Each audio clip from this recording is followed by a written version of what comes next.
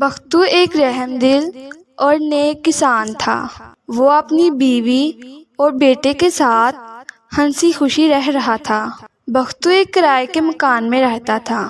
مالک مکان نے بختو کو گھر خالی کرنے کا کہا۔ بختو نے اس کی بہت منتیں کیں، لیکن اس نے کہا کہ وہ اپنا مکان بیچ رہا ہے۔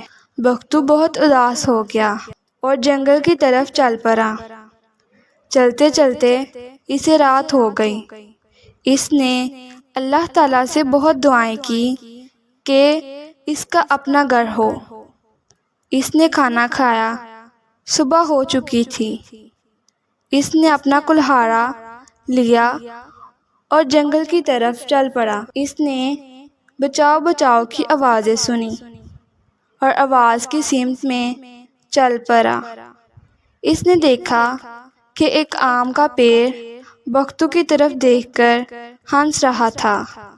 دیکھتے ہی دیکھتے پری بن گیا۔ بختو نے پری کو دیکھا اور پری نے کہا، بختو تم ایک رحم دل انسان ہو، میں تمہاری ایک خواہش پوری کر سکتی ہوں۔